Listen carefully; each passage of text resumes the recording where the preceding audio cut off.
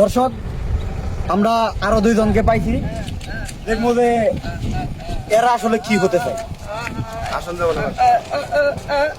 ভাই ভাই আমরা দর্শক, আমরা আরো দুইজন পাইছি, আমরা শুনবো যে এরা কে কি হতে চায়।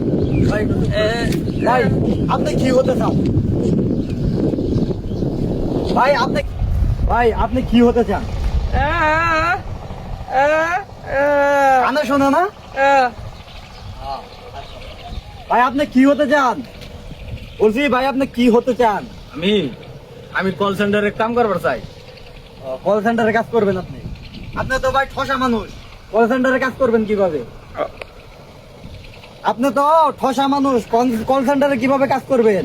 ও ভাই করবো, ও ভাই। আচ্ছা ঠিক আছে। এবার ভাই ঠসার কাছ থেকে উঠলাম, সে বলে ঠসা হয়ে আইরা কল সেন্টারে কাম করবো। দেখেন শুনি যে বুবা কি হবার চা।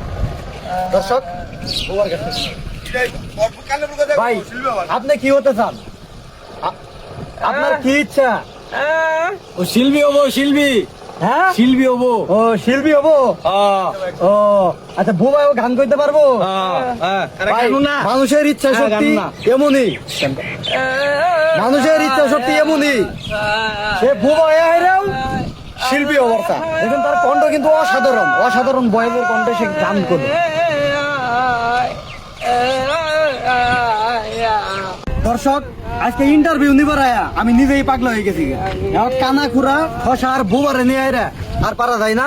এরা এক একজনের এক এক ইচ্ছা দেখলে মনে হয় যে আমি নিজেই কানা ঠসা বুয়া হয়ে গেছি। আর যাই হোক, এরাই আমাদের আগামী দিনের ভবিষ্যৎ। এগুলো নিয়ে এরা নতুন বাংলাদেশ গড়ে উঠবো এই আশা রাইখা আজকের মতো শেষ করছি।